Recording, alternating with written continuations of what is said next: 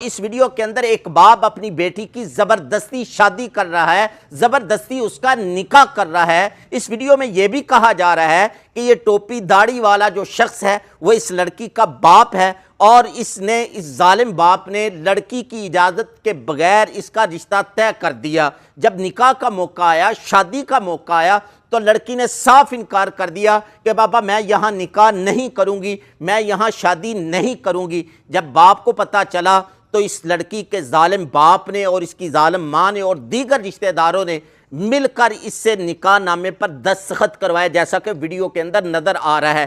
جب یہ لوگ مکمل کہانی سنتے ہیں کئی یوٹیوبر سے تو وہ کمنٹ باکس کے اندر اس لڑکی کے لیے ہمدردی کا اظہار کرتے ہیں، بلکہ حد سے بڑھ کر ہمدردی کا اظہار کرتے ہیں، اور اس بیچارے آدمی کو، داڑھی ٹوپی والے آدمی کو لوگ برا بلا کہتے ہیں۔ حالانکہ اس ویڈیو کی یہ سچائی نہیں ہے، یہ حقیقت نہیں ہے جو کچھ لوگ بتا رہے ہیں۔